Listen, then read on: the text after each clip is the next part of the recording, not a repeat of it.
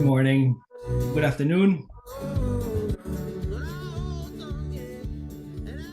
Welcome to the Innovation Practice Group for Health and Wellbeing.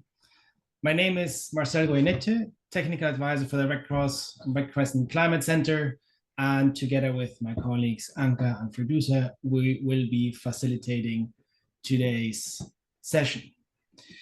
Now, I'm going to quickly share my screen.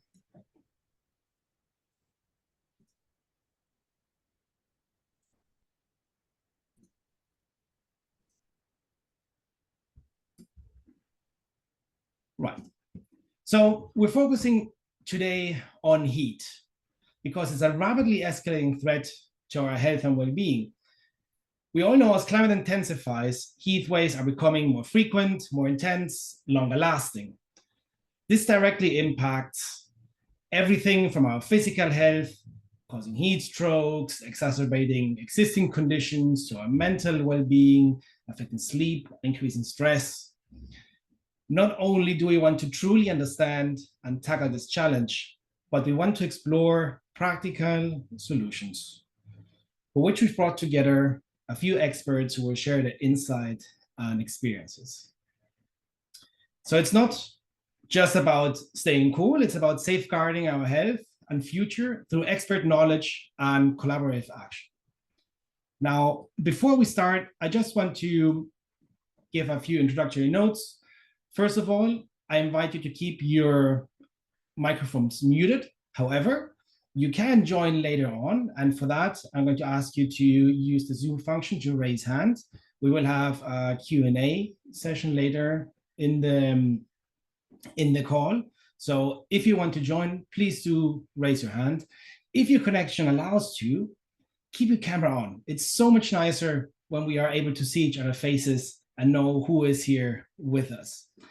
And don't forget, you can always use the chat to ask questions, if you have technical issues and anything you would like to contribute. That's also something we will be looking at during the session. Now, let's talk a moment about the innovation practice groups.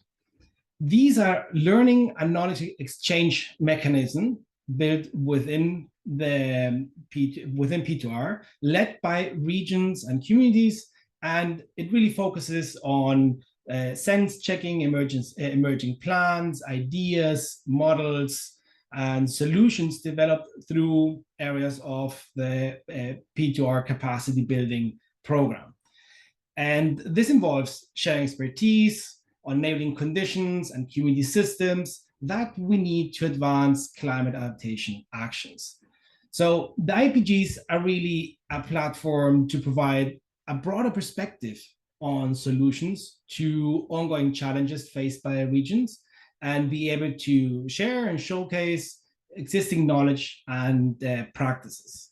So we have a couple of specific objectives. First of one is we want to connect the different regions with the sources of knowledge and expertise that help them to address specific climate risks they face and see and explore how we can overcome the obstacles in their journey to develop adaptation actions. We want to create communities of innovative adaptation practitioners across Europe, and hopefully with the aim that these last on for a long time and continue to provide this platform for sharing and connection.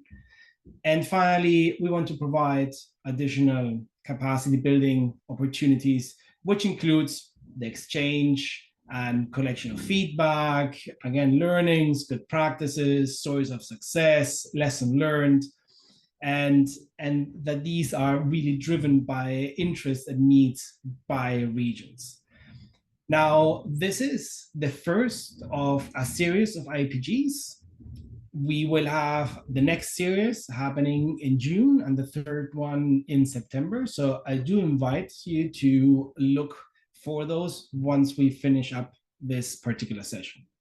Now, coming back to today's session, our run-of show will have a bit of an introduction just now by Anka, Then we'll have an overview of heat and health in Europe. We'll hear from experts. You will have the chance to ask some questions. We'll also get the opportunity to think through some of the ideas that will be shared with you through a few discussions that you will have in groups. We will share in plenary the outcome of that, and then it will be time for us to wrap up the session. We will be working today with Miro. So later on, we will share the link with you to the board that you see now on screen. Now, this board is a board that you will have continuous access to during the whole duration of the IPG. So not only this IPG week, but also during the second and the third. And you will be able to see how information comes together and builds upon the previous IPGs over time. This is the board that we will use to work on later today. With that, I'll pass it over to my colleague Anka for us to move on and get into the mood of this session with a little bit of humor. Thank you, Marcel. So as an icebreaker, can you change the slide, please, Marcel? We have a little quick activity for you to get your minds into the topic of heat and health. We have some cartoons prepared here for you. I'm going to give you, this is going to be quick. I'm just going to give you 30 seconds to look at the cartoon, think of what idea this cartoon triggers in you, and write something in the chat and send it. But wait for my instructions to send it. Again, you'll only have 30 seconds per cartoon. There's going to be 3. So don't think too much. Just whatever falls into your head first, type it in and wait for my command to send it. So with this first cartoons, I'm giving you 30 seconds to think of an idea that this image, this cartoon triggers in you. Type it in, and when I say go, press enter.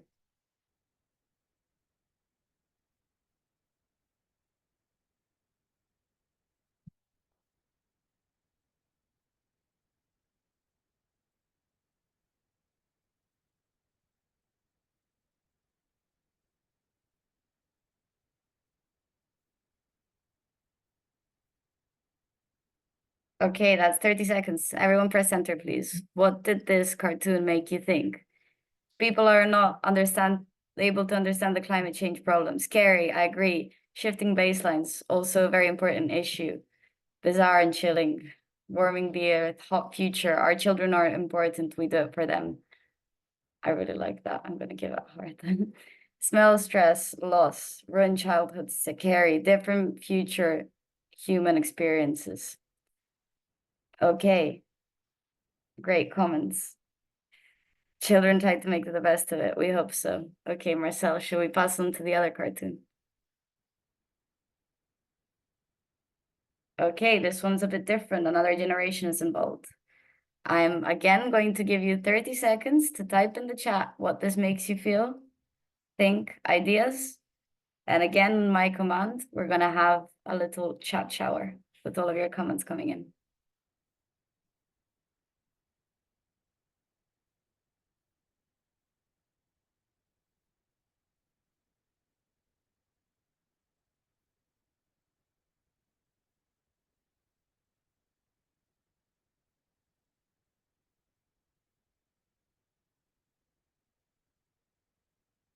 Okay, everyone press send, please.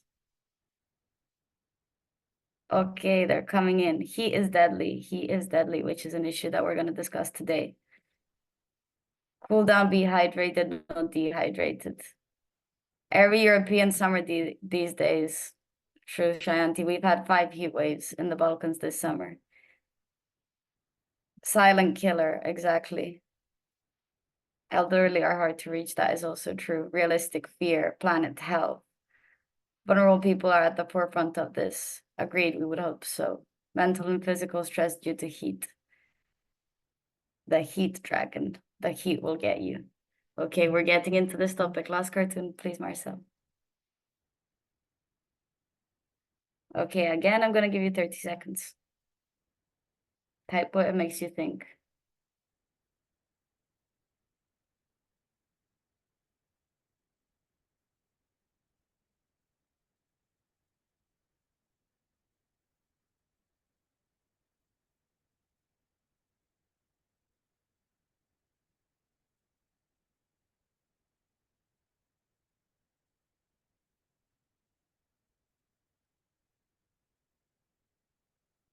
Okay, press enter.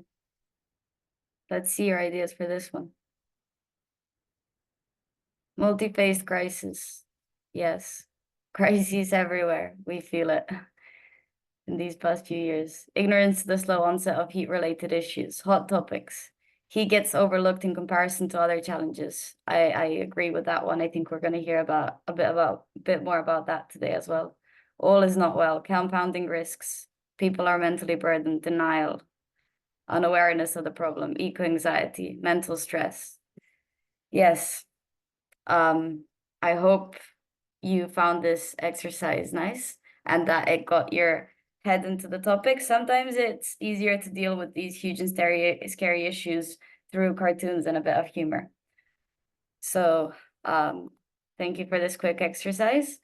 So today with us, we have multiple experts with impressive biographies who we are lucky to have today join us. I'm not gonna go into that. I'm just gonna mention their names and leave it to them. So first we're gonna have Mystery Malcolm, who will give us a brief overview of heat and health in Europe and tell us a bit about why this is an important topic. And then he will tell us about his research on heat-related mortality in European cities. That will be followed by Madeleine Helmer, who was also the founder of the Climate Center where we work. And she will, but today, present the region of Gelderland and their heat menu, followed by Hans, who will present on cool cities in the city of Arnhem. And that will be followed by Hans Guido Muke and Odile Mekil. I'm sorry for pronunciation of these names. I'm from the Balkans, very different. Who will present on heat health action planning in Germany. So we really have a range of impressive people who will present on very interesting topics. But without further ado, I would like to pass it on to Malcolm. Many thanks, Anka. I'm going to share the screen and hopefully you can all see it. Okay, so good morning, good afternoon, good evening, everyone. I'm not sure where you're all joining from. A very quick introduction about myself. My name is Malcolm Mystery. I'm based in the London School of Hygiene and Tropical Medicine, where I'm an assistant professor focusing on climate and health research. And I'm also part of the Red Cross Red Crescent Climate Center, where again, I'm involved in the team looking at climate and health. So I have been, privileged enough to present two presentations today, actually. I would like to thank the organizers for inviting me to this forum. And I'd like to keep both my presentations rather short so that it allows a bit more time for the discussion as well. So the first one is about an overview of what we know currently in research with regards to the heat-related mortality in Europe. And let me start by showing you a map of a heat wave that occurred just over 20 years back in the summer of 2003 in Europe. Now, some of you in those who are participating today, perhaps with a gray hair that you can see developing on my scalp, and if you have a similar memory, you might recall that this was one of the first severe heat waves in Europe that made all the headlines. Why? Because the temperatures back then, especially in France and Central Europe, exceeded far beyond what were experienced until then. So this map shows you the land surface temperature, actually. So just to clarify, it's not the air temperature, but it's the actual land surface temperature, but it's the anomaly. So how much of deviation or a difference between the July 2001 temperature compared to the actual July 2003, this is the average land surface temperature. And the more deep red or orange color you see basically means it was very warm, something in the region of 8 to 10 degrees warmer in large parts of France. What happened is basically this event resulted in about 70,000 deaths in Europe, with about 15,000 deaths in France alone. Okay, now who are the most vulnerable? The most vulnerable people usually during from heat-related events are the elderly, generally about 65-year-olds, pregnant women, infants, and also people with existing health disorders such as cardiovascular, kidney disease, or diabetes, and so on. Now, since this heat wave in 2003, Europe and other regions in both hemispheres have actually experienced record-breaking heat waves. So we are entering sort of an era of more frequent heat waves, but also heat waves with more stronger intensity of heat itself, right? And Europe actually is unique in a way, partly because there's some remarkable aspects about Europe, the EU region in particular. Why? Because the data gathering, the monitoring of the temperature-related real-time risk, and perhaps more importantly, the willingness of the public health authorities to learn from past events and prepare the local populations better by active heat alerts, for example, is something that Europe takes a lead on. And so I have to say that from my own experience in research and dealing with public health authorities, Europe is a front runner in that. And this is very important. Now, this is where I come to the more recent heat waves in Europe. But here again, it is the lessons that have been learned from 2003 heat wave that have helped us in Europe to progressively reduce the number of excess deaths that would have occurred otherwise in the absence of adaptation and preventive measures in place. So this again, fast forward 2002, 3 onwards, we have had more recent and times more intense heat spells. For instance, in 2022, 23, and studies have shown that the role of heat-related the adaptation has actually reduced the heat-related mortality significantly in recent years.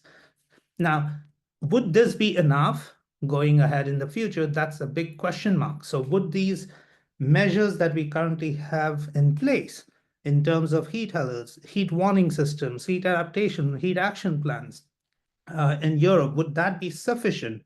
That's something that I will cover in my next talk.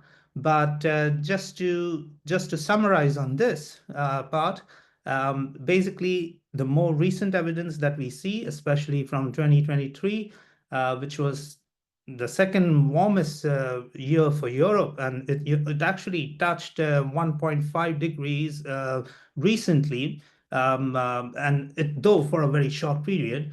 But this is one of those things we have to keep in mind, that Europe is warming quite rapidly compared to the global average since the 1980s. And it has, unfortunately, it is one of those regions which is warming the fastest, with the European land in the Arctic also melting. So the ice caps, glaciers, everything is melting, and this in turn is sort of creating changes in the atmospheric circulation that is favoring more frequent summer heat waves. And finally, I think I just come to a map that I wanted to highlight. So this is a map of heat-related mortality risk at city levels for the cities where we in the London School of Hygiene and Tropical Medicine have been able to gather mortality data. And as you can see, there are large parts of the world where we still don't have the data, so we don't know how the risk is progressing. But by and large, when I zoom in to Europe, and you can see it's quite deep orange or red in color, which basically indicates that the risk, the color scale that you see from 1 to around 3, what it indicates is that the risk is about twice as much what you would experience in an optimum temperature. So for instance, if you have optimum temperature in a location, then your risk is considered as 1, but 1 meaning it is 0 risk actually, or the lowest risk. But if you look at the regions in Europe where we have managed to gather data and then use this daily mortality counts for our research, we can see that the heat-related risk is more than twice in many parts of Europe. Similarly, and this is the map showing both the cold and heat-related risks. And I'm focusing, why am I including the cold-related map over here, though we are focusing on heat-related, is simply because there is this constant debate, or rather, climate skeptics like to pick up on it, is that, well, cold-related risks are much larger in Europe or in northern and higher latitudes, both in both hemispheres. Why worry about rising temperatures? But the fact of the matter is that this is only true in historical context. And when we move gradually towards the future, the trend changes completely. And this is what I will talk about in my next talk. With that, I'd just like to pause over here in case you all have any questions on the slides that I've shown so far, the discussion. If not, I'll be happy to continue with my next talk. Thank you.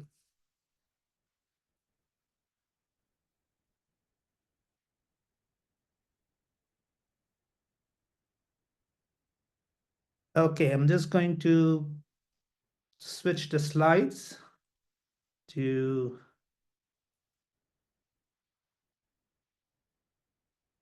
Sorry, I can't see anything in the chat right now. So if there's anything, maybe the moderator, Anka, maybe you can let me know while I switch the slides. Yes, if anything pops out in the chat, I'll let you know. Feel free to continue. All right, are you happy for me to start with the second presentation? Yes. Okay. So I will now touch upon the burden of future heat-related mortality in Europe. So what do our modeling studies tell us? So far, I focus primarily on the historical context and in Europe on how the heat-related burden has evolved in recent decades. But now I want to highlight what this burden of future heat-related mortality looks like in the future. So just to give you a very quick sort of overview of how we assess this. So in this graphic, for example, the first curve that you see, and if you focus on the red part of the curve, is essentially what we call it as the risk curve or the exposure response function. And what it's trying to show is that as you go towards the warmer side, so higher temperatures, your relative risk from heat-related deaths increases. So for instance, if you look at a temperature of about 29 degrees, and this is for London, then your estimated relative risk is roughly 1.8, which means it's about 80% higher than what it would be in an optimum temperature of about 19 degrees Celsius for London. Now, the second sort of a panel shows the temperature distribution in London. The historical is shown in the gray, and the green one shows from one particular climate model what is the projected shift in this distribution in the last decade. And similarly, the last panel shows the projected shift in the distribution of the excess mortality relative to the gray one, which is historical. So what we do is we utilize historical data and then data from climate models for the future, as well as other data from for future, such as the changes in population, demographic, socioeconomic conditions, and so on, to model these projected changes in excess deaths. And when we do that, we model these scenarios for multiple global warming scenarios. And for instance, in this study, what we did was we looked at 3 specific pathways of how the climate change would evolve in the future. So from a very optimistic scenario to going towards the more, I would like to say, realistic scenarios between the SSP 245 and 370, and ignoring the shaded regions. And if you just focus on these solid lines, so the heat is represented by the dark brown or the maroon line, and the cold is represented with the blue line. And if you recall, a few minutes back, I just mentioned that the projected change in the heat-related deaths or the excess deaths that you see over here per 100,000 people, the projected change is rapid, the trend is much more steep in the heat-related excess deaths compared to the decline in the cold-related deaths. And when you actually take both the maroon and blue, so the net increase in heat minus the decline in the cold, you get this net effect, which is the combined effect of heat and cold. So this should stop all this nonsense about cold related deaths are going to continue to decline in the future, and so we are fine in Europe. Well, it depends where you are in Europe. It is true that in some places the net effect would be slightly beneficial, but this is very limited. And for instance, this again for different global warming scenarios that we see. So if you focus for now, we are roughly around 1.5 degrees. But as you can see that in more Southern Europe and Central Europe, the net effect, which is shown by these dots, basically are still increasing. So you have more temperature-related deaths in the future that are projected, despite the cold-related deaths reducing in these parts of Europe. And in some places, for example, Malta and Croatia and Cyprus, the projected changes, especially for the more warm scenarios, are quite high. So this is one of the latest studies that came out. And here again, I'm just showing the maps for the same scenarios for 1.5 degree change or 2 degree change in the future and city level. And the dots represent basically the size of the bubbles represent the cities with the larger population, and the colors that on the right-hand side gradient represents the excess deaths that are projected to increase in those cities, whereas the greener colors, the light green color, is the net decline in the projected deaths from both cold and heat. So this is where we can see a stark spatial gradient. So the Southern Europe in particular, and also Central Europe, is projected to see a net increase in the temperature-related deaths, whereas Northern Europe is still showing a slight sort of decline in the total death. But this is for the modest warming scenarios. But if you actually go to more severe warming scenarios in the future, then the picture is different. You can see that the net increase in the projected deaths due to temperature goes even beyond Central Europe and reaches Northern Europe. So this, in essence, and this is, by the way, done using multiple climate models, and so we are able to quantify the uncertainty in the results as well. And this puts to rest, in a way, this entire debate of the cold-related deaths declining, and therefore global warming proving beneficial as far as temperature-related deaths are concerned in Europe. All right, and with that, I will stop here, hoping I've not taken much time, and I can leave some time aside for questions and discussion. Thank you. Amazing. Thank you, Mark. Oh, sorry. Go ahead, Anka.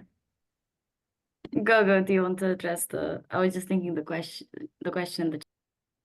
Oh, yeah. Okay. Well, thank you so much, Malcolm, for this really interesting presentation. Like it really clearly highlights that there's an urgent need for us to have a reversal in the trend of global temperature rises and also to have some strong adaptations to protect populations, of course, especially from the health burdens of extreme heat. I'll open up the floor to some questions from Malcolm. If anybody has comments, just use the Zoom function to raise your hand, or if you'd prefer to use the chat to ask a question as well. I'm just going to have a look to see if we have any questions right now. So it looks like, is the difference in direct effect on temperature-related deaths between cold and heat compared to secondary effects like infection, etc., taken into consideration in the models? Yeah, that's a good question. In our model, we essentially control for various factors. So time controls are used to account for seasonality. So this seasonality itself accounts for seasonal flu, for instance. We don't specifically account for infectious diseases, and we are focusing on temperature-related mortality. So we are not modeling the spread of infectious diseases as such. There are other research groups that are doing that, also doing work on the transmission of vector-borne disease, for example. And by and large, from what I see in literature, the overall sort of trend is similar, that the heat-related, so the warming as such is having a detrimental effect on not only temperature-related mortality. We are seeing this net increase, but we are also seeing a spread in vector-borne diseases to more higher latitudes, so including reaching Europe, for example, Southern Europe at least. And as far as the infectious disease, I personally don't focus on that, so I wouldn't be able to comment, but knowing what is there in the literature, it does show a bleak picture, yeah. Awesome. We have a question here by Hans. Go ahead, Hans. Yes, hello. Malcolm, thank you very much for your presentation. My name is Hans-Guido Mücke from the German Environment Agency. Malcolm, your final slide shows us an improvement at the UK and Northern European countries concerning the increase of mean temperature. From this point of view, it could be an improvement of the public health situation, but I remember that a few years ago, also in the UK, you had heat waves with a tremendous increase of heat mortality. So from this point of view, as a, let's say, average, it might be understandable to show such a slide with these results. But on the other hand, there might be extreme events which could be given heat health impact dramatic to the public sector as well. This is just a comment, yeah? No, Thanks. this is spot on. So I'd probably answer it in two parts. One, as researchers, I think it's important we highlight transparently everything that we see in our findings without misleading both the general public or the public health authorities.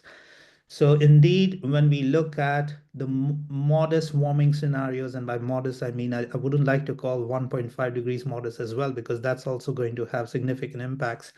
But indeed, when we look at this map on the left-hand side, one does get the impression, well, it's not too bad in large parts of Central and Northern Europe, including the UK, where you are likely to see a net benefit in the decline in the temperature-related deaths. When I switch over to a slightly warmer scenario, still the UK doesn't really, and this is probably one of the reasons I migrated here, but it's still not bad. But you are right. You're absolutely right, Hans, that this is an average effect over decades. I'm talking about, in the future. But when we look at the frequency and intensity of heat spells in UK as well, in the recent years, and in 2022, we had one of the most severe heat spell.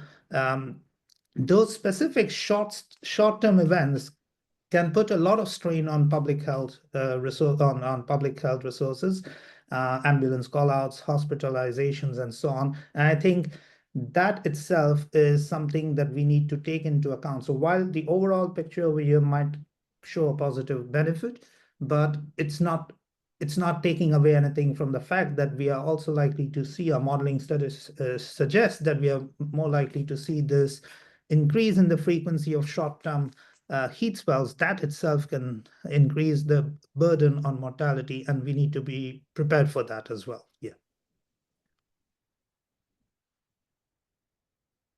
Thanks, Malcolm. I actually just had a question as well. I was wondering if in your projections you considered humidity also in the temperature-related mortalities, or if that wasn't a consideration in the projections. And also, is Europe also getting more humid on top of also getting hotter? So yeah, that's again a very good question. In this particular study, the answer is no. We use daily mean temperature, and there's a reason for that. In epidemiology, in environmental epidemiology, we have done other studies as well, in which we have examined a large suite of heat stress indicators, both that account for both humidity as well as wind and solar radiation and so on. And what we have found is that by and large, uh, daily mean temperature works best as the exposure variable, or the variable of interest for us as a meteorological variable.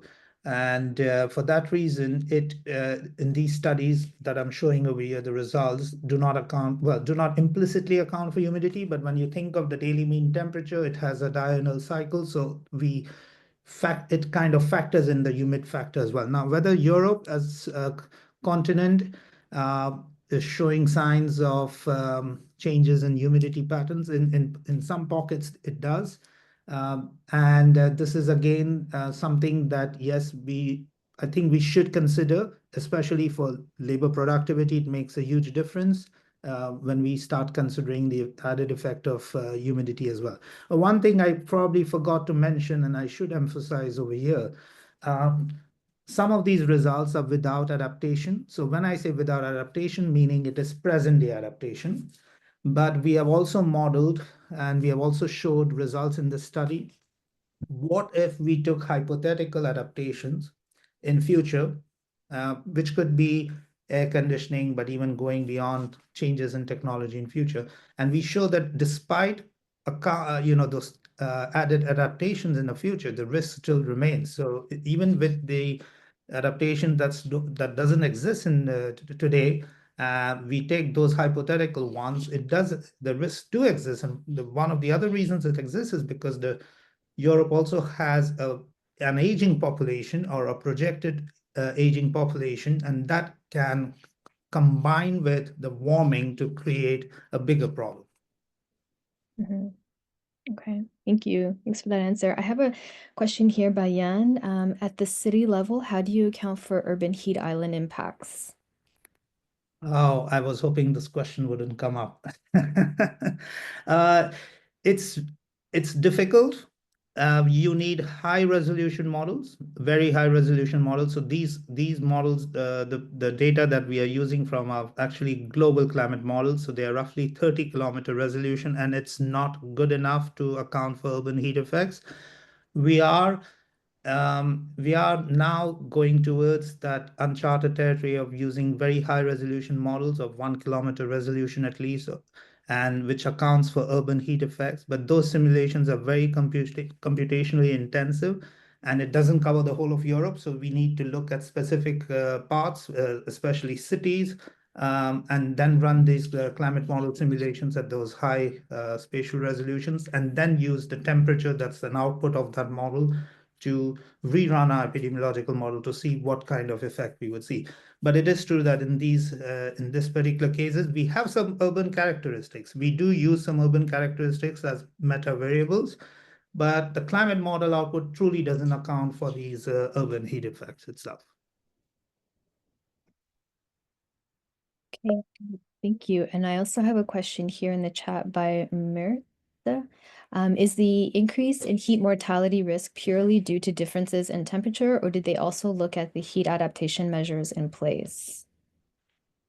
So yes, so going back to what I just mentioned, these results that I'm showing on the screen right now are purely from the heat-related mortality, so it's not accounting for potential changes in adaptation in future.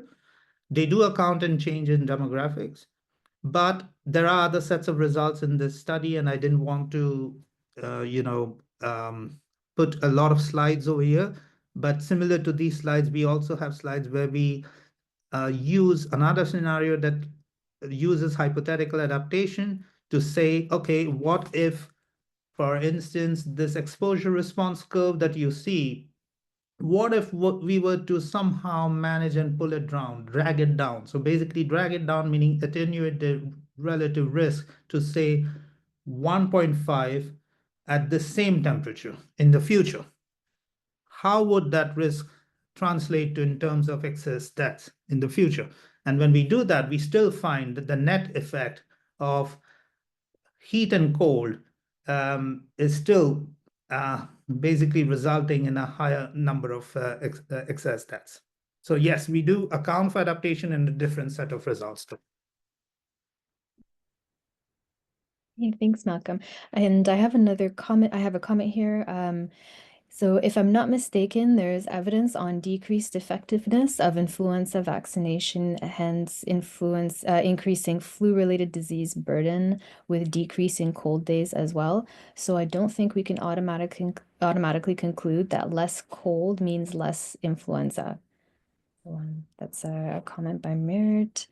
I'm not sure if you have a comment. Now, I have to admit it's not my area of research, so I would be reluctant to comment on that. It's possible, but this is something I would be reluctant to comment on. Yeah. We have another question coming in by Philippa. Does the fact that the hottest countries of Europe are closer to Africa have an influence? This is something for the climate modelers to look at. And if I understand the question correctly, is Southern Europe showing the warming effect larger, higher over in Southern Europe because it's closer to continental Africa? And that is something to do with the general circulation in the atmosphere and the long-term changes and how climate change affects. This is something that the climate model study or attempt to study to see that if those patterns are changing, especially the wind patterns and so on. But in terms of the health impacts itself, it's difficult to sort of correlate if there is anything to do with the proximity to Africa, for instance. By and large, we are just seeing, rapid warming in Southern Europe, especially in Spain and Italy. And we are seeing a lot more frequent extreme heat spells, so even if short durations. And for that reason, we are seeing this not only the burden in historical context, but also the projected burden in future. Great. Thank you so much, Malcolm. I don't want to go too much over time, so I'm going to let Madeleine take over with her presentation on heat adaptation. Thank you so much, Malcolm. This was really interesting. Thank you. Thank you very much, Ferus and Malcolm, for a very interesting start of this session. I'm happy to give the presentation on how we work on heat adaptation in the Netherlands. Maybe as an introduction, I work with the Dutch Global Climate Alliance, which is a network of communities, the municipalities and provinces working on climate, both mitigation and adaptation. And as such, I advise the province of Gelderland in the program Pathway to Resilience, and particularly on the heat focus we have in that program. Can I have the next slide, please? The situation in the Netherlands, and I don't know if it sounds familiar to some other countries present in this call, is very much that we are we deal with the water-related risks of climate change dominantly. Although heat has been acknowledged by a national Environment Assessment Agency as being a major risk already in 2015. After the two major heat waves of 2003 and 2006, had the National Heat Plan, Action Plan in 2007. But since then, the whole adaptation strategy has more or less ignored the heat, also because it was not very hot in the summers after 2007. There's always a problem you have.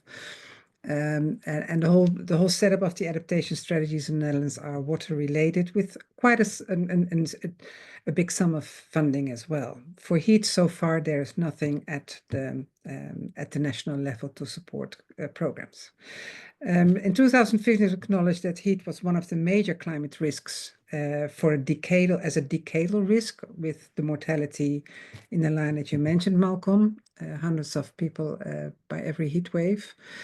We organized the first National Heat Congress in 2018 to get more into our hands what heat risks are, how it will affect our countries, and who will be affected and what programs will be affected. It was the first kind of identification of actors and programs, but we haven't had such a congress since on heat.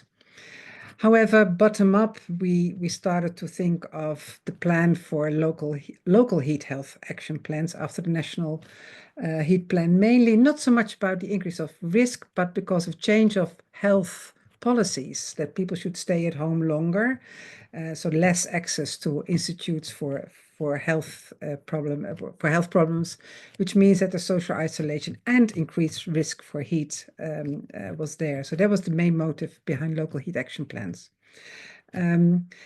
And what I will explain furthermore in this presentation is that we acknowledge from people working on the health side of heat risks, but also, of course, the urban heat effect in the Netherlands was well known by those days and assumed to be 5 to 7 degrees difference with the normal temperature outside of the cities.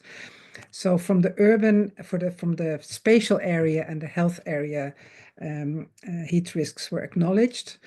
But we realized we should be actually in the houses of people. There the risks is increasing at a high speed, in particular of the people who are vulnerable. And hence our triple approach for health, housing and habitat was developed, and the first heat menu was published in 2022. In the meantime, with the National Assessment of Climate Risks, there has been an upgrade of heat risk from 1 every decade to 1 every year. So it can happen coming summer. Can I have the next slide, please?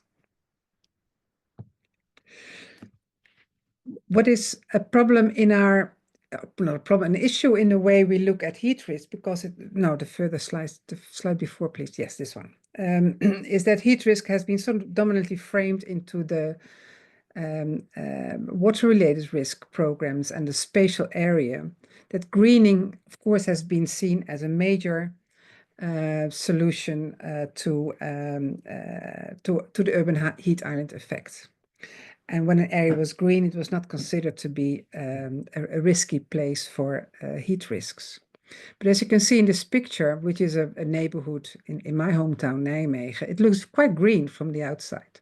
But when you look at the combination of risks of people there, and that is a map that we have in the Netherlands since a few years, we combine risk factors. So not only the habitat, the space, but also the condition or the characteristics of the houses. And I must say what's particular for the Netherlands that we built houses with large glass windows since the Second World War, and combined with the frailty index, which is a health monitor system of the inhabitants. And then you see that a neighborhood which looks quite green, when you look at this combined risk map, is quietly one of the hottest neighborhoods of the cities. So that is a kind of underlying argument that we have developed, that you should look at combination of risks. And on top of these 3 risks for health, housing, and habitat comes the socioeconomic vulnerability of a person, which limits their capacities to deal with heat risks. Can I have the next slide, please? So in this work frame to work to address heat risks, we have further fine-tuned the different risks, and all in all, within each domain or combined, we talk about 16 heat risks that the municipalities should address. 5 for health, 4 for housing, and 7 for habitat. I won't get into the details of the Dutch lesson and translate it all for you, but to give you some ideas is, when we look, of course, heat itself is a major health risk, and the local heat plans are the kind of answer to that. But we need to have more insights. We were confronted with that 2 years ago, with a combination of heat risks, with UV, with the risk of skin cancer, but also with the risk of allergies and pollens, which created a major health problem in June 2023 in the Netherlands, which now leads to further studies of what happened over there. In the housing, we have, I assume most of the countries are in an energy transition because of climate mitigation. But in our energy transition, the increased need for cooling has been ignored, and first by us acknowledging it from the heat adaptation angle, we should not ignore the cooling needs that is increasing while the warming needs in winter are decreasing. And we see, for example, in the Netherlands, which is new for us, that 90% of all air conditioning was bought by consumers the last 5 years. So that's really a major issue for our energy transition.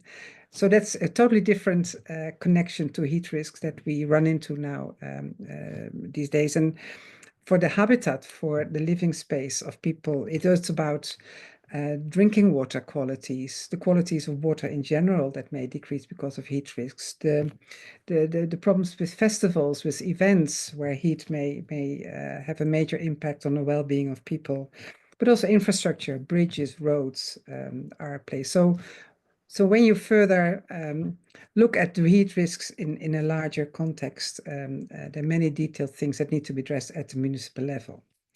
And this framework helps to, we hope, to give a working set to deal with it. Can I have the next slide, please? Of course, you saw the previous slide that story you can find on that's translated in English, and I gave you the website where you can find it. So the key elements of working that we do with heat is actually invite people from the 3 domains, health, housing, and habitat, and set up a team of colleagues at the municipality or at the region for that matter. I mean, find a way that fits your conditions to organize who are the colleagues that you need to invite to further look into these heat risks. We ask municipalities to make an assessment of heat risks in their city and how they what are the current actions they already take, but also what are the programs in the area of health or housing or habitat that they maybe link with in addressing specific heat risks. And identify colleagues for a kickoff session. As you can see here, this was a meeting in Arnhem, and we asked people to identify themselves, which domain they work with.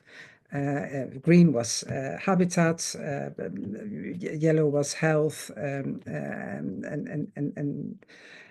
red was housing, and it immediately gives you an impression of what the different how the balance is between the different domains that come to this topic, and where maybe you need to find a few others. Can I have the next question, please? The next slide. What we learned is maybe the heat health action plan is the easiest way to deal with heat risk. It's straightforward. Addressing all the other risks, and in particular the layer of the combination of risks, takes more time. But that's the interesting part of the whole program. You need to talk to colleagues who you normally do not meet in your own domain, and identify their programs, learn about the way they work, and invest a lot in that at the beginning. And we already have a few examples that when you've done it in a good way, it becomes very easy. No, it's very easy. It becomes easier to combine programs, and then budget is not a problem.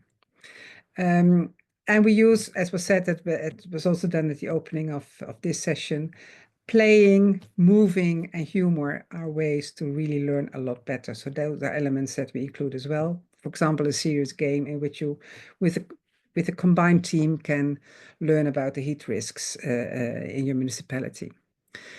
But in the end, it really also is important to prioritize. That's a little bit what we learned, is that heat will never be a priority for most of the domains you work with. So it's a menu, and you can prioritize where you want to start and then build it up from there over the years to come. And we also learned that sometimes events, or actually not sometimes, most of the times events will accelerate the approach to heat risks. So you can also plan on that, by what is ready, how are you ready for coming summer? And can you speed up some of the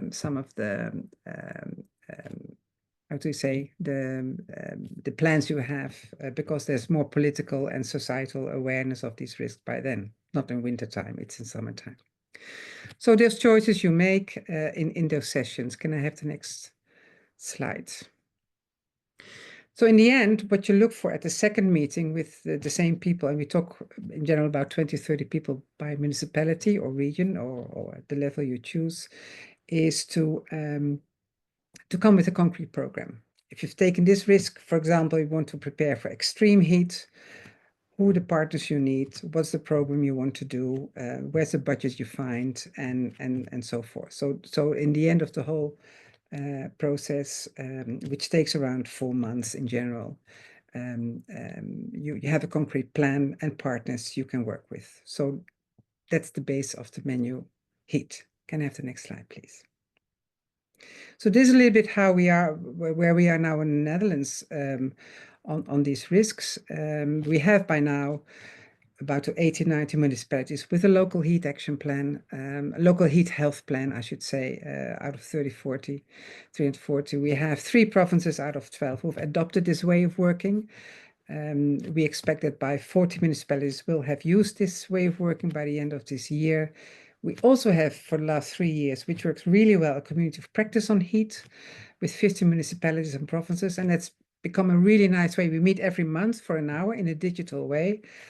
By that sense, we build up questions, learn from each other in a far more coherent way. And it really pays off to invest in that. It's not very difficult, but you learn each other better, you know each other's programs better, you know each other's challenges better, and can help each other forward. So in that sense, that worked well. We have a national heat group with more than 30 social housing corporations. And this multi-layer stress test for heat risks, as I explained to you at the beginning of my presentation, is likely to be implemented next year at the national level. Which is an innovation for the stress test or the indicators of heat risks. We'll organize Heat Action Day, which was started by the Red Cross Climate Center. So it's fun that storylines come together again on the 2nd of June, and all of you in your countries are invited to do that as well. But what's, I think, the main achievement is that our government will work on Action Agenda Heat to be ready by 2025, and health, housing, habitat will be the pillars of that proposal. So that we're very happy with. I think by now, this is it. I'm also looking at Edwin van der Straten, with whom I work with in this program. He's also in the call. Edwin, if you have something to add, maybe you can do it in the chat or raise your hand. Thank you so far.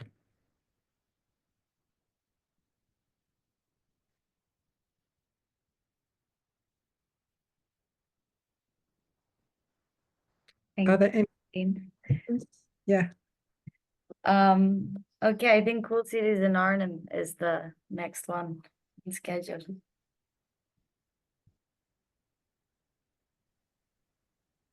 Yes, and I think that would be me. Yeah. Yeah, because they said it was Hans, but it's actually me. So can I just share my screen? Can you see Perfect. the presentation mode? Yes. Okay, great. And then I have to figure out how I'm going to the next slide. Okay, yeah. Okay, so yes, thank you very much. Hello everyone. My name is Stijn de Voogd. Good afternoon, and I am excited to be here today to present the Cool Cities projects, and thanks for the organizers for that. I work at the city of Arnhem as a policy officer for sustainability, and one of my role is being the lead partner of the Interreg Cool Cities project. And what this project is about, I will be explaining to you in the upcoming 10 minutes. Just use it as an introduction because I've learned, I've listened to a lot of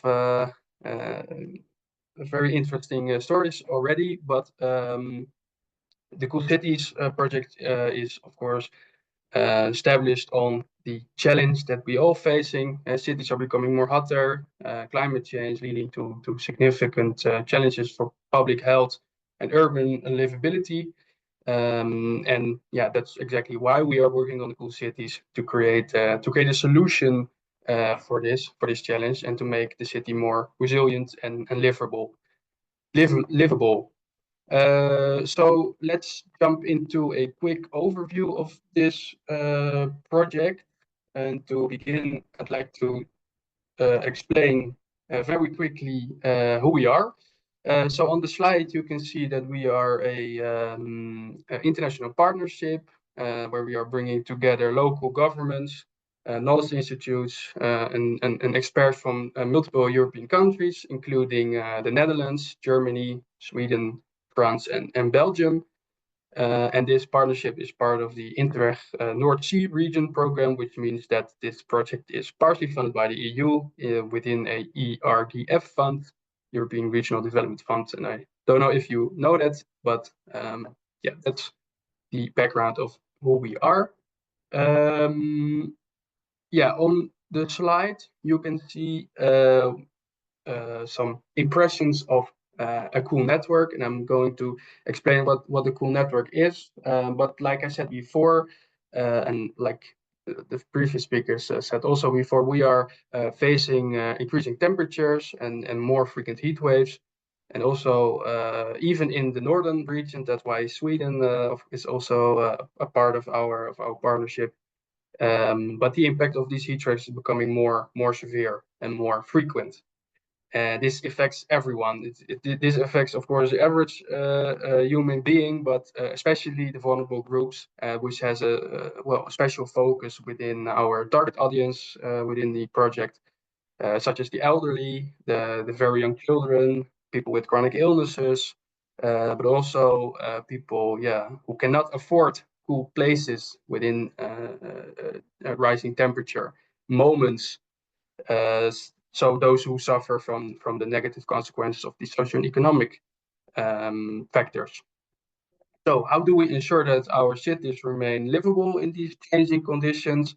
And that's where the concept of a cool network comes in, where we as cool cities believe that a cool network is such an innovative solutions that will tackle the challenge of why we are here today.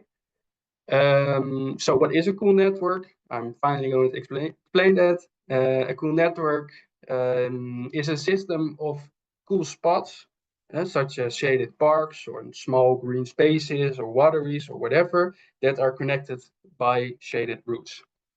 The goal here is to create that to create comfortable urban environments where people can find relief from those extreme heats when it's hot. But the main issue here is that many cities already have these cool spots. Maybe your cities has it as well. But what we see is that they are often isolated from each other, so that they are not connected to each other.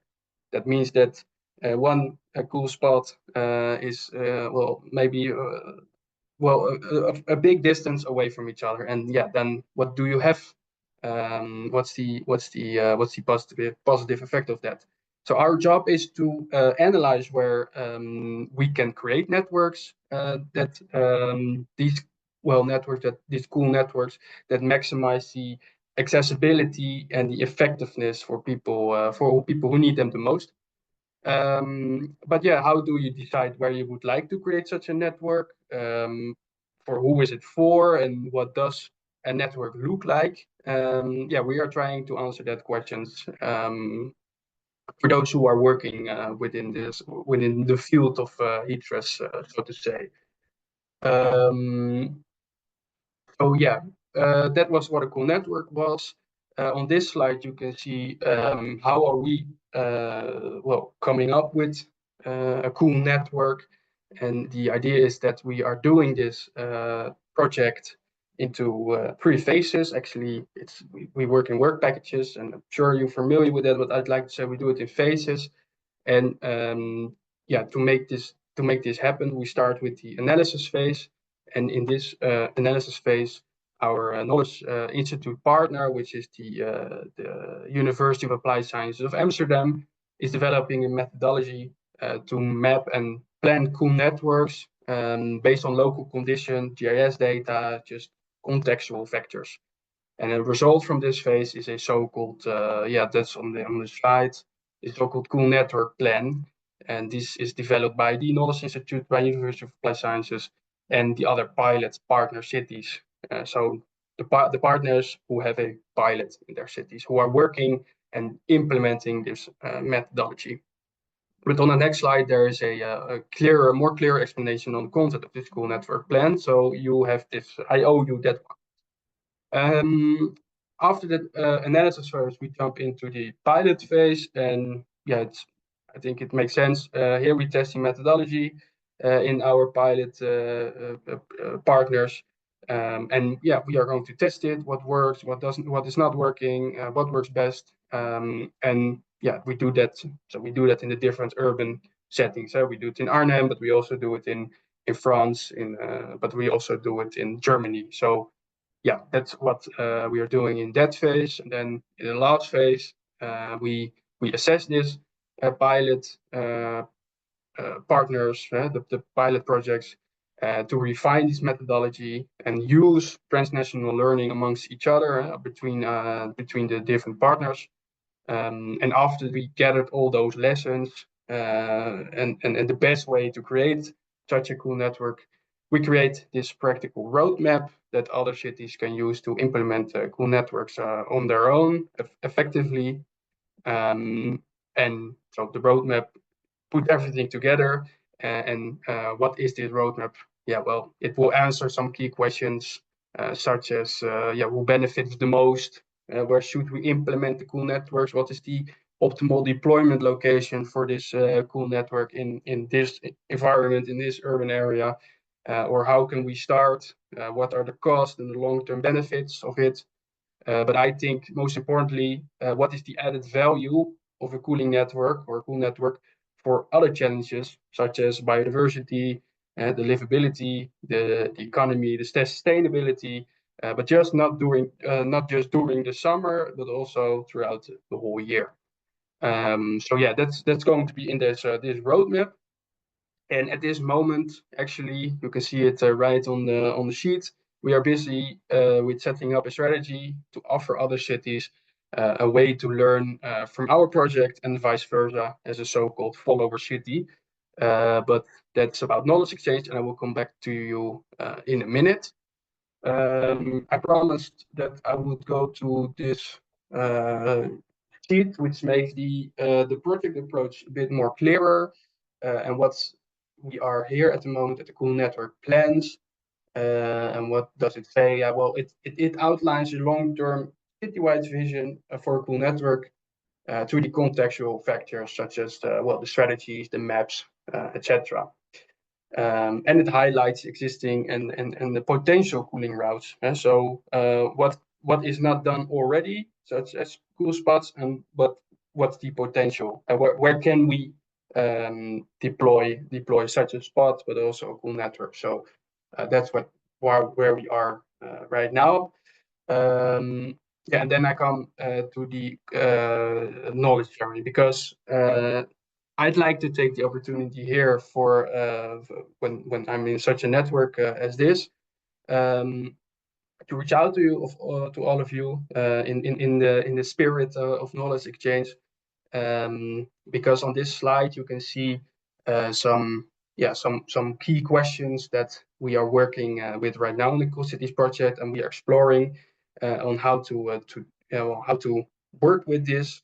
And I'm really curious if you have some thoughts about this. And I know that I don't think we have time to go through this in depth, but maybe something pops up in your mind, or maybe you can say something in the chat.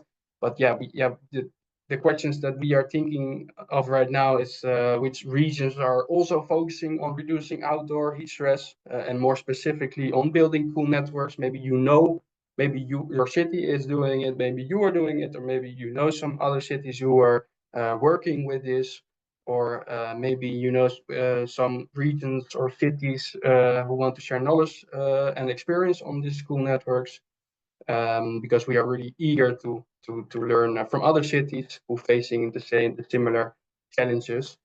But also which cities are interested in learning more about the methodology behind creating a cool network. And so maybe you know some cities of those, but also other topics. Maybe there are other topics related to urban cooling what you think should be explored further. And I would really appreciate it if there's anyone who is working on it for now on a cool network or reducing heat stress and thinks, hey, cool network could be interesting. Please reach out to me. Maybe something pops up in your head right now, but either way, let's change some insights on it. And how can you do that? You can do that to via the email. Here's my email on the sheet. You can also, you can call me if you want, but you can also go to the LinkedIn page and reach out there.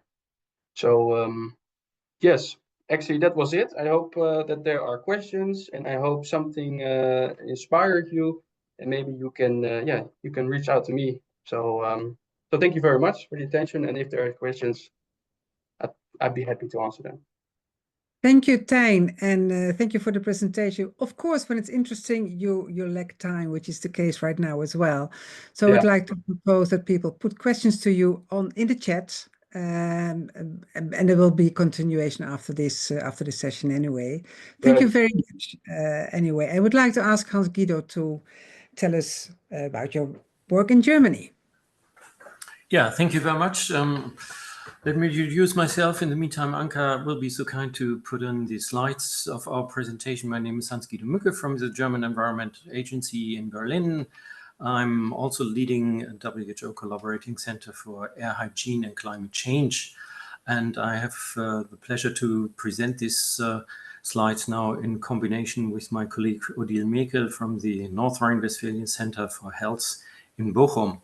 So yes, we would like to give you a short introduction to the heat health action planning in Germany. The next slide, please. As we learned from the first presentation today, also the heat wave 2003 gave some input and impact to the health situation. The next slide, please. Yes, thank you. And finally, the World Health Organization provided in 2008 this document on the left-hand side, Heat Health Action Plan Guidance Document. And also in the year 2008, the German National Strategy on Climate Adaptation was established. So then it took a little while that on the national level, we transformed this WHO guidance document into national way of thinking and language and turning this into practice, because due to our federal states, we have 16 federal states we have to deal with the environment sector as well as with the health sector. So the philosophy of this document is to derive 8 core elements, 8 core aims, which you can see within this picture in the center, from intersectoral cooperation, information, to cooperation with the health sector, looking for monitoring and evaluation of intervention strategies and measures. And finally, in the year of 2017, we published the so-called recommendation for heat health action planning. Next slide, please. So this is a common understanding on the national level, because together with all 16 federal states in Germany, we came to this conclusion, and we translated this into English language as a recommendation for actions for heat health action plan, which was presented at the 6th WHO Ministerial Conference for Environment and Health. Sorry, next slide. Within the last years, this guidance document recommendation turned into force on different levels, like parliaments within the states, like political fora, as well as stakeholders. Next slide. Yes, thank you. As well as to the research and development on the left-hand side, you can see 2 different recent publications, for example, from the research development, so-called the Robert Koch Institute status report on climate change and health, and on the right side, the environment expert guidance documents, as well as the health guidance documents, which was presented in 2023. Next slide. Before I will lose my voice. So the local and regional activities started with, luckily, the financial support of the programs of the national programs. So this heat health action plan of Worms, for example, Mannheim and Cologne were established, or so-called elaborated and then published. Also peer-reviewed within some publications, and by the way, also for the public, such a trio music combo prepared a song called "Drink," so means be hydrated in a very famous way. Next slide, please. These are the different regions and cities which were supported in the meantime by the national or regional programs. Yeah, we will listen a little later by Odile's presentation how it will develop within the state of North Rhine-Westphalia. So this is a rising number of states and cities in Germany which are dealing now with these heat health action plans. Next slide. So within this development within the last so-called 10 years, 12 years, last year the Climate Adaptation Act turned into force in July last year by Bundesgesetzblatt. So this is a clear law now and dealing with the point of climate adaptation on the national side. Next slide. And for this act, there is a specific adaptation strategy, so-called Adaptation Strategy 2024. And within this strategy, a specific project which is still running from 2023 to 2026 is now running a project how we can establish and implement a national heat health action plan. As I said, we have the national level, the regional level for the federal states, and the local level. And now we are going to identify which can be the tasks and the responsibilities for the national government to turn into action within the next years. And from this point of view, I would like to hand over to my colleague Odile Mekel from the state level of North Rhine-Westphalia. Odile, it's your turn. Thank you. Yeah, thanks, Guido. So, and have a bit of next slide, please. So my name is Odile Mekel, and I work in North Rhine-Westphalia, one of the 16 states in Germany. North Rhine-Westphalia is one of the states with comparable size-wise and area-wise like the Netherlands. So 18 million people we have in our state, North Rhine-Westphalia, and I work at the Public Health Institute in North Rhine-Westphalia. We give advice to the Ministry of Health. Health is not on national level, it's the responsibility of the states. So I give it, my institute, we give advice to the Ministry of Health, but also to the municipalities. And we are working already more than 15 years in the area of heat and health. But the last couple of years, so it was nice to see that Madeleine also said, okay, now things are going faster, so we are now scaling up. And since 2023, you see here our core actions we developed together with our Ministry of Health for doing work on heat protection for health. And if you want click once again, then you see that some of the squares are are now highlighted, and these are the blue frames are the frames, the task we are doing at my institute. And you see over here coordination and cooperation, overarching measures, supporting local structures, and evaluation and monitoring. And next slide, I will go a bit because the time is quite rushing.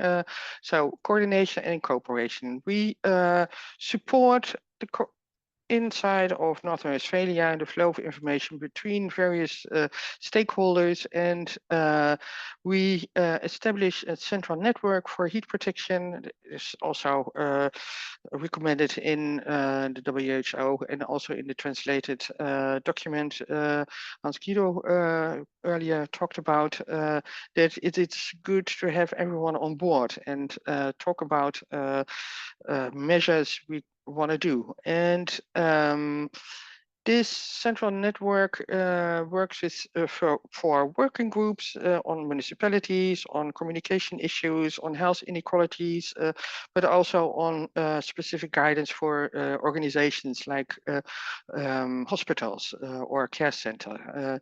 And we, since 2023, we do organize online information events so that everyone can hear about what we are doing on this particular topic. Next slide.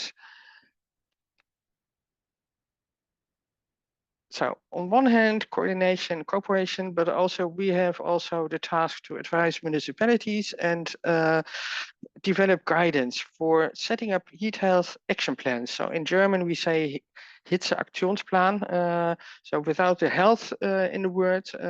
And we have in Northern Australia 80 million people. It's divided into 53 districts and cities who develop municipal heat health action plans.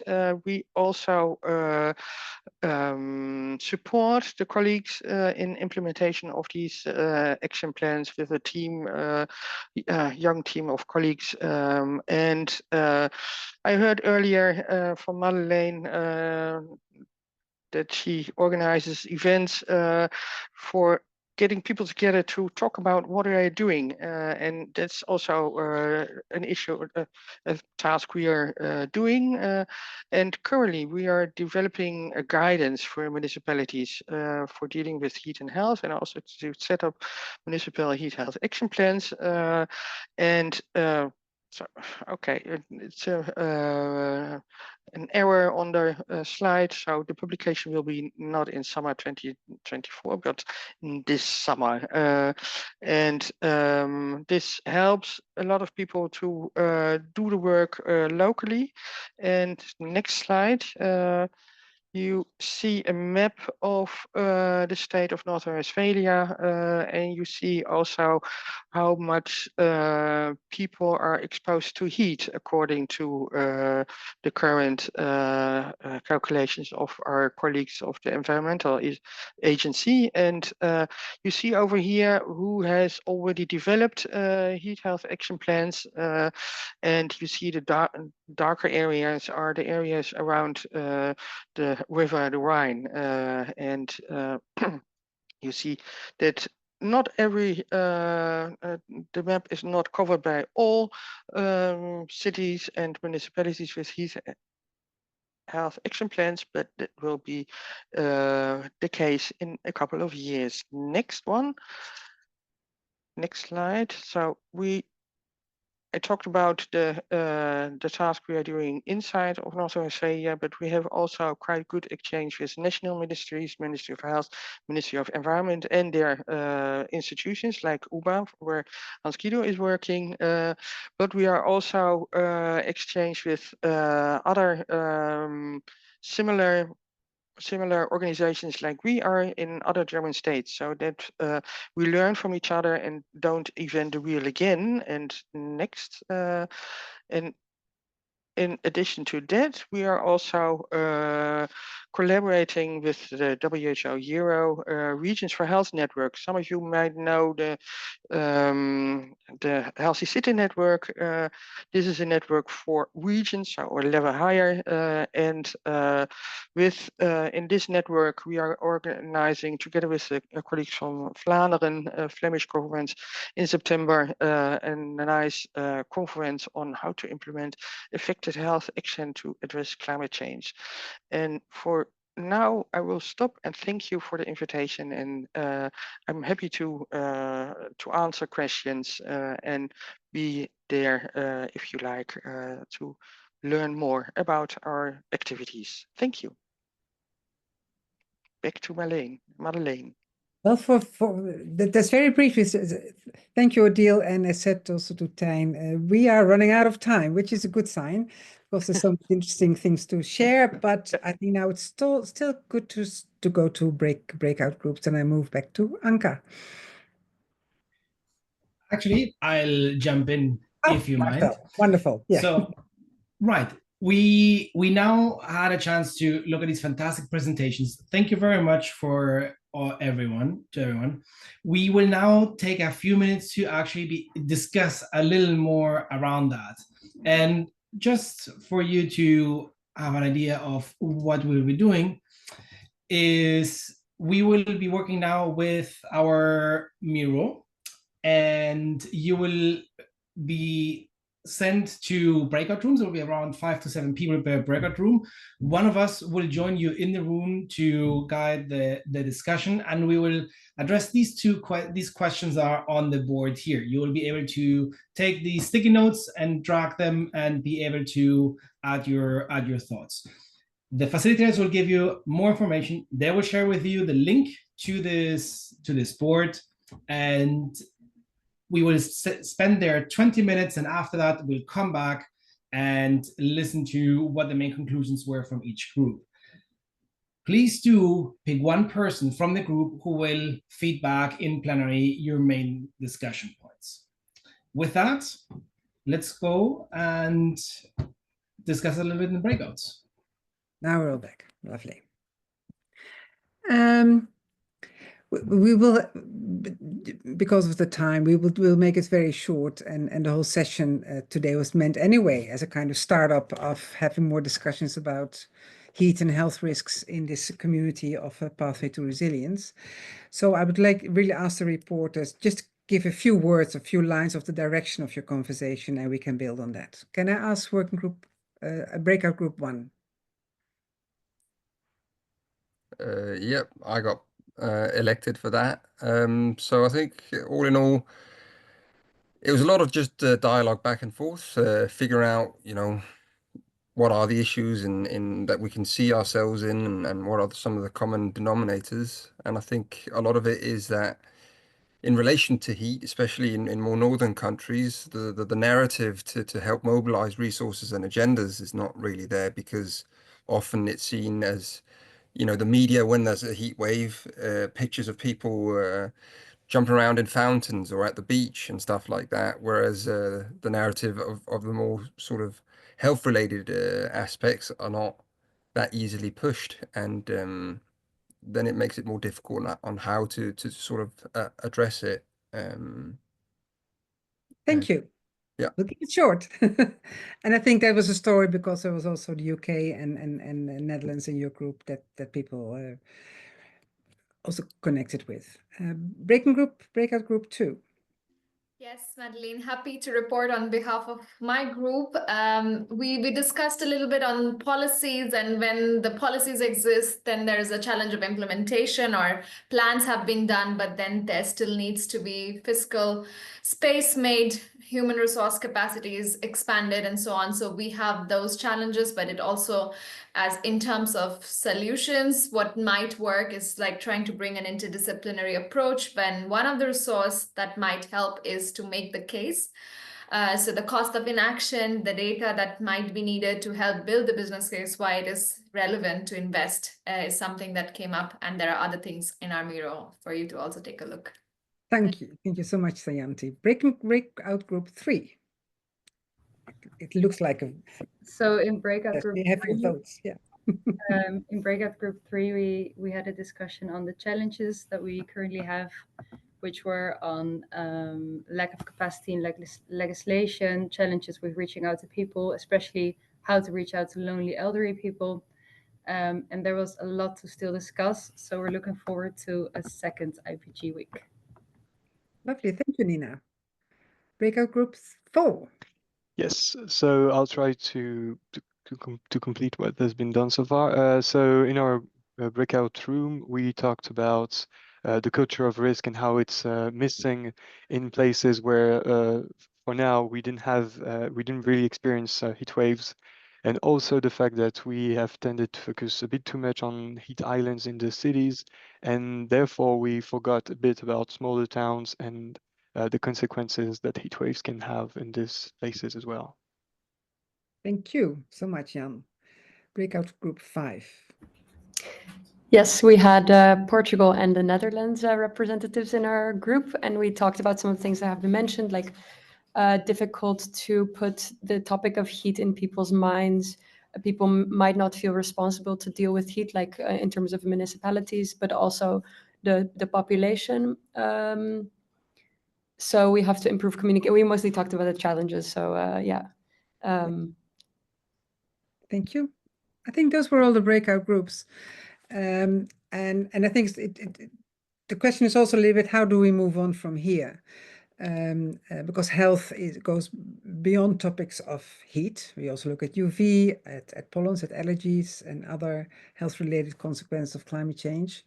And heat in itself, as we learned today, has a wide spectrum of elements to be addressed in the context of heat adaptation. The question is a little bit, I'm also looking at the time and looking at Anka and others from the Red Cross Climate Center, where we don't have a lot of time to have a full debate on this. I would like to suggest improvising, maybe have another view, that we have kind of a roundup of this session and then have a meeting with a smaller group to see how we take it from here and communicate maybe a few proposals to you that you can react on, concrete proposals on how to move this process, either in one group, health and well-being, addressing heat, or two groups, one on health and well-being and other climate-related risks, and a specific group on heat risks. I'm looking at Marcel and others, if this helps to round up in this way. It does. Thank you very much to everyone. Before you leave, we're going to share with you a quick poll for you to give us a bit of feedback, which you will see pop up on your screens in a few seconds. And while you have a look at that, let me tell you a little bit about other things you will be able to look at. On the Miro, I'm not going to share my screen so I don't interrupt you with the poll, but on the link that you have for the Miro, if you zoom out in the lower part of the Miro, there's a section called "What topics would you like to explore further?" As you know, there's a series of several IPGs, and we want to hear a bit more from you what you are most interested in, so we can pick it up and build that into our next IPG. And then if you scroll a little further down, you will see a section with P2R resources. Everything here is on the same Miro, so no need for extra links, and that you can also use to explore a bit more about P2R. Finally, we do have more IPGs coming up, and maybe I'm going to share my screen for this.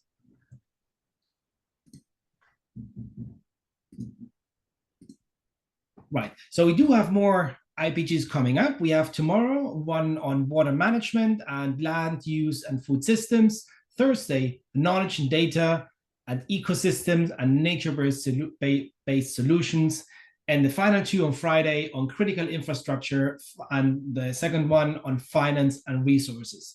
So if you're interested in any of these, do go to the registration page and register for those IPGs as well. We do have a cap on the maximum number of people. So if you do, I recommend you do it now so you can still register while there is space. And with that, I believe we're quite on time. I want to thank everyone who joined us until the end of the session. And I hope to see you in the next IPG week. Thank you very much. Thank you. Thank you.